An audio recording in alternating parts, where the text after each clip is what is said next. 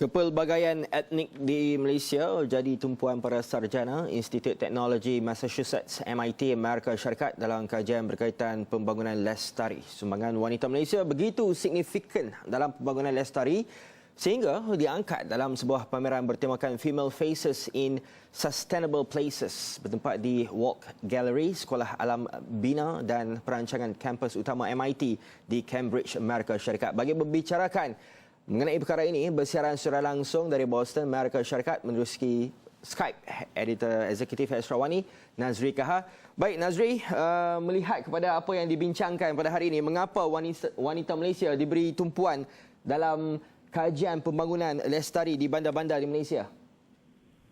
Ya, Hans, saya rasa ini satu topik yang begitu menarik kerana para sarjana pelawat yang terlibat dalam program kolaborasi strategik antara pihak MIT dan juga pihak UTM Skudai memberi tumpuan bagaimana sumbangan wanita di Malaysia dalam pembangunan lestari. Pertamanya, mereka ada persepsi yang tertentu sebelum mereka datang ke Kuala Lumpur kerana bahagian daripada program ini menuntut mereka datang ke Malaysia dan melihat bagaimana keadaan Malaysia secara sebenarnya dan mereka ditugaskan untuk melakukan kajian lapangan dan antara kajian lapangan yang ditumpuan adalah tentang kontribusi wanita Malaysia. Jadi mereka menganggap Malaysia sebuah negara Islam yang moderate, yang sederhana. Tetapi apakah mereka mendapat tempat yang sewajarnya? Tetapi apabila mereka sudah sampai ke Malaysia dan sudah berjumpa dengan pelbagai sektor latar belakang wanita Malaysia, mereka melihat segala persepsi sebelum ini mereka rasakan terhapus ataupun tidak benar sama sekali. Wanita Malaysia berada di kelas yang tersendiri, sama ada dalam kerajaan, sektor swasta, aktivis masyarakat dan juga ibu yang menggembeling tenaga mereka dalam menguruskan hal rumah tangga dalam masa yang sama mencari nafkah dengan cara yang begitu baik sekali untuk memberi keselesaan kepada anak dan juga keluarga mereka. Jadi itu menunjukkan bahawa Malaysia meletakkan sifat meletakkan wanita di tempat yang paling tinggi dan juga memaksimumkan upaya mereka dalam pelbagai bidang.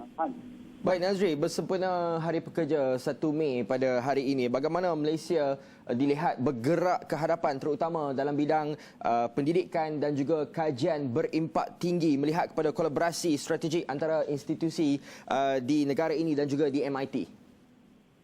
Ya, itu begitu menarik kerana semalam satu pemandangan yang begitu menarik sekali di antara pihak MIT dan juga pihak Malaysia, iaitu dalam kajian-kajian yang sudah dilaksanakan, antaranya kajian berkaitan dengan bioteknologi, kajian berkaitan dengan keusahawanan startup dan sebagainya, begitu juga kolaborasi pihak UTM dan MIT dalam projek Blossom, begitu juga kajian berkaitan dengan pembangunan lestari.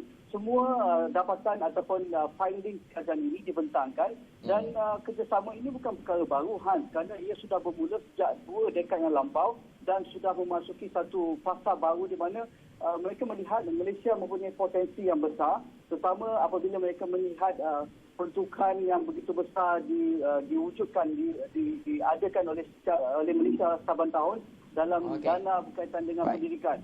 Dan ini mengatasi kebanyakan negara-negara membangun dan juga negara maju. Dan mereka melihat Malaysia mampu bergerak lebih laju dan juga memberi fokus dalam bidang kajian yang mampu menambah nilai ekonomi negara untuk hari ini dan juga generasi akan datang. Okey. Baik, terima kasih Nazri Kaha dari Massachusetts, Amerika Syarikat untuk laporan anda. Dan seterusnya...